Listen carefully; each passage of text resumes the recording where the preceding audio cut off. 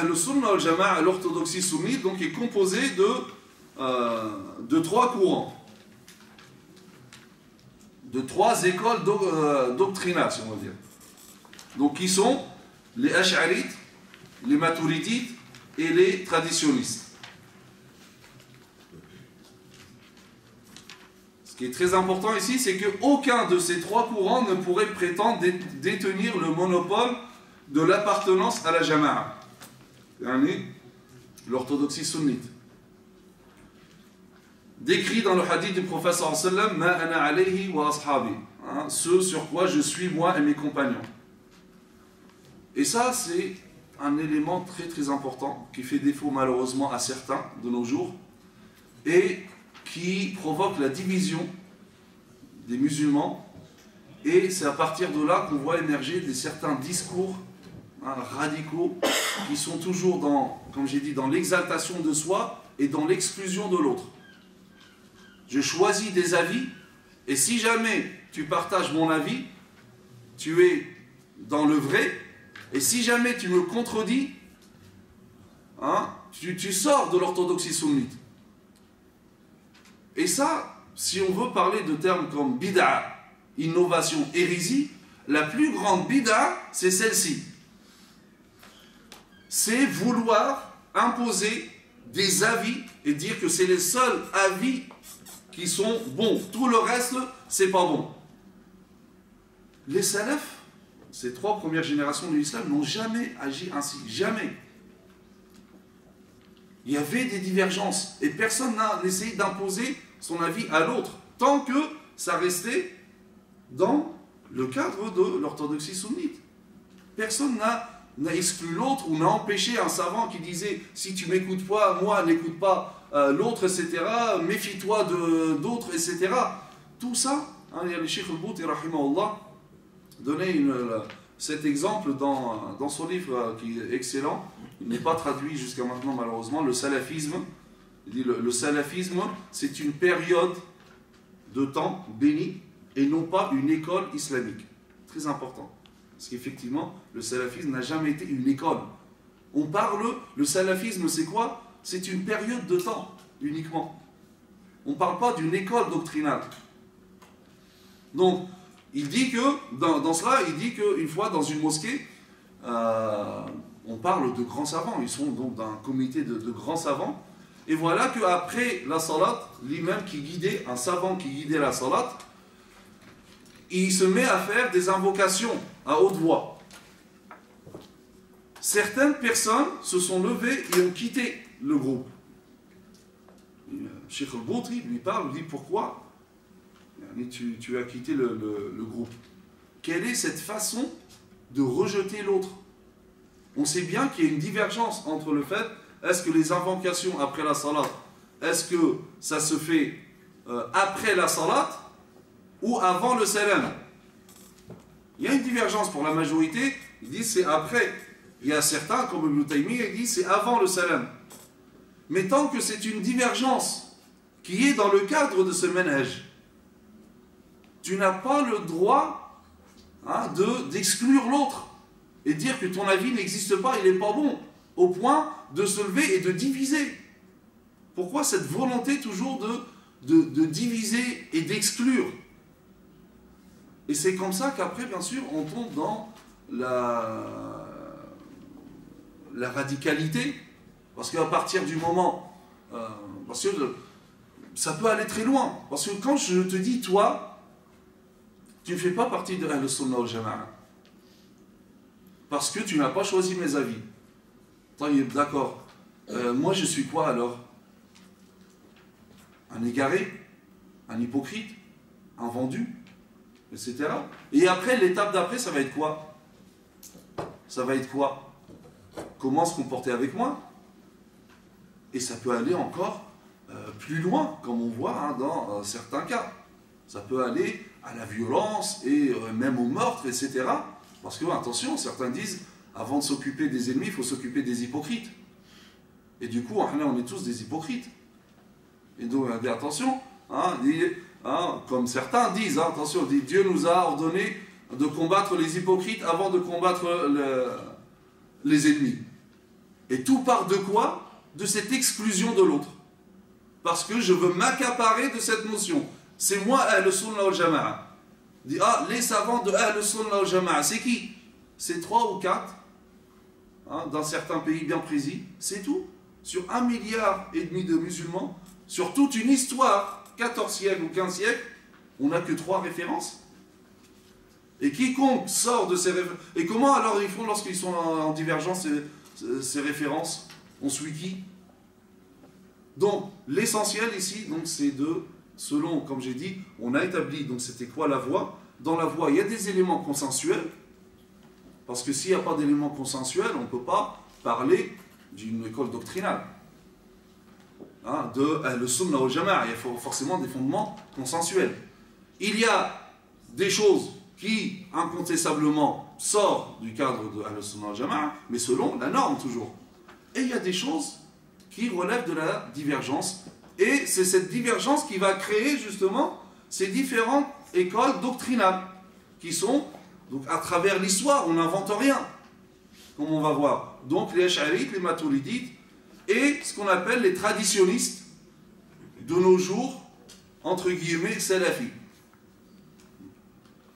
Aucun de ces courants, aucune de ces écoles n'a le droit de prétendre détenir le monopole de l'appartenance à Ahl Sunnah ou al Jama'a. On peut diverger dans certaines choses, mais cette divergence, elle est reconnue au sein du cadre et de la norme.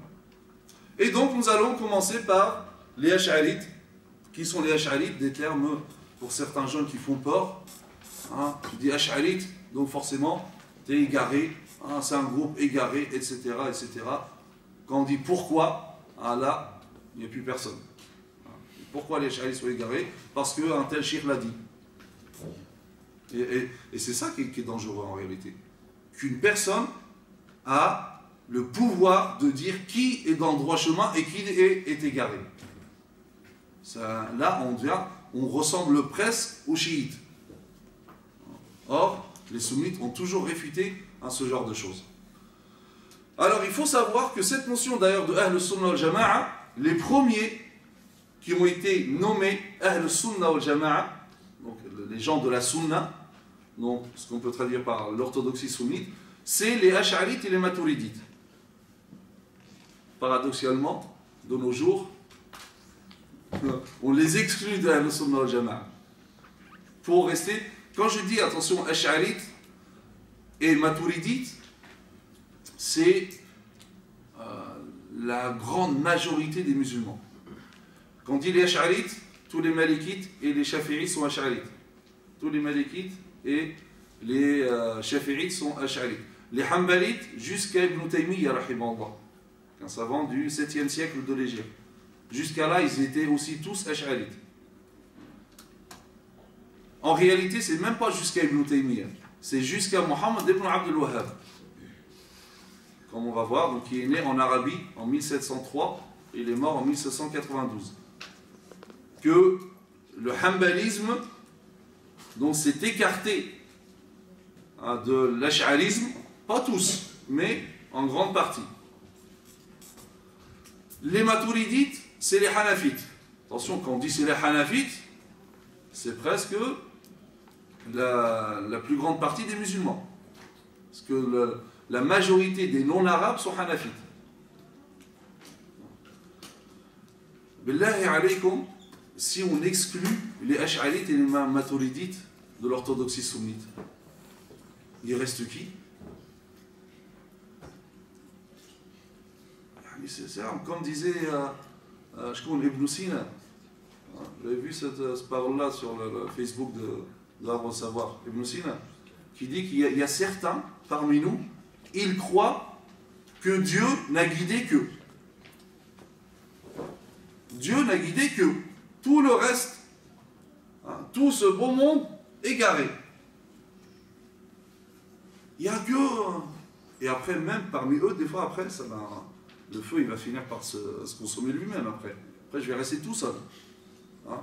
Je vais être au paradis tout seul. Il n'y a plus personne. Moi, tout seul.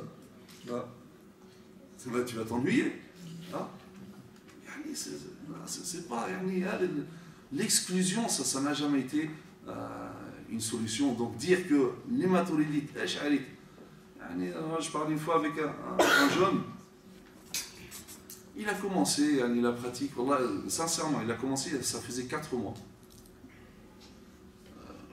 Je faisais un petit cours comme ça dans une mosquée, j'ai parlé du grand savant Mohamed Tahar ibn Ashur, grand savant tunisien.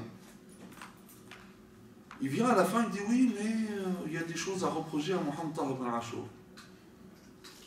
Et si tu me dis ça, toi tu dois être une sommité, normalement j'ai même pas à parler avec toi. Tu reproches des choses à Mohamed Tahar ibn Ashur. Tu reproches quoi? Il est ash'arite. Et qu'est-ce que tu reproches aux ash'arites? Ouais, mais ils disent pas que Allah il est fils sama, Allah, il faut dire que Allah il est dans le ciel.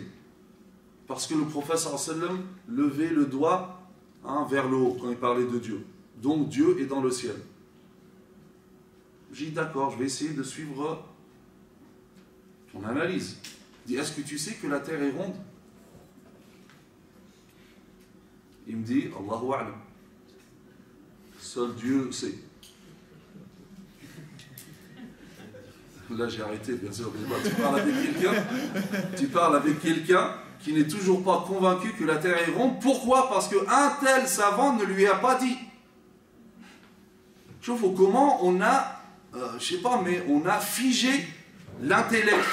On ne réfléchit plus. C'est un tel qui va réfléchir pour moi. C'est lui qui va me dire est-ce que la terre est ronde ou pas.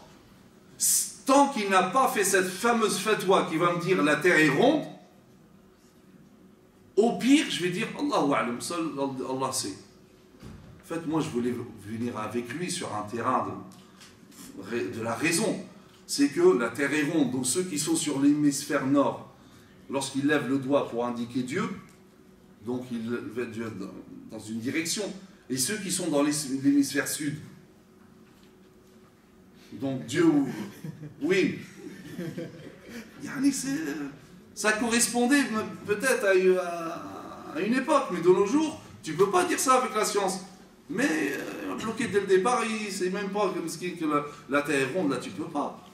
Comme je dis, parce que pourquoi? Parce qu'il y a un savant qui va dire, par exemple, une fatwa officielle, que ce n'est pas la terre qui tourne autour du soleil, mais c'est le soleil qui tourne autour de la terre. Je vous assure, jusqu'à maintenant, il y en a qui le croient, parce qu'un tel a fait une fatwa sur ça. Et il va essayer de trouver des textes, etc., etc. Là, après, le débat, il n'y a plus de débat. D'accord? Alors que, traditionnaliste, donc dit, branche dite, aujourd'hui salafi, on va exposer c'est quoi? Donc c'est vraiment une petite partie, dans un pays bien particulier, qui se dit de cette tradition, mais le problème, c'est ce discours d'exclusion. Qui se disent de cette tradition, comme je dis, ce n'est pas le problème. Parce que c'est dans la voie, dans cette référence.